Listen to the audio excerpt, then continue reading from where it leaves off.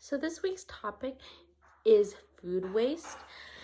And the scenario is that the Community Assistance Network wants to create a food bank in Baltimore for families of lower income that are suffering from food security and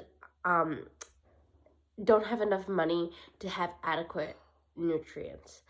Unfortunately, the grant that they received they were only able to do one of two things.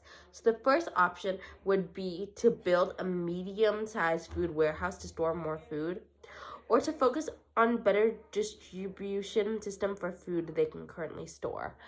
So I decided to go with the distribution one, because if they manage to distribute all that food, then they would have an empty warehouse and they would be able to fill it up again. So in choosing to work on the transportation, you're given one of two options to focus on. The first option would be focus transportation efforts on collecting food for the food bank, or focus transportation efforts on delivering food to needy families. I chose to focus transportation efforts on collecting food for the food truck, because it would be a lot more time consuming to bring all the foods to each house. Unfortunately, this choice ignores the low income families that don't have a car or good transportation to get to the food bank. But with all of this food lack of food security, it's crazy to think of how much food wastage we have.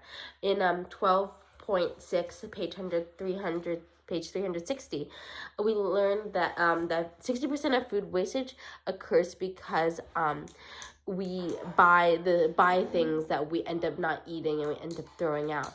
So with food banks, a lot of that food that we buy can get brought over. So hopefully that food banks can reduce the amount of food wastage that we have. But yeah.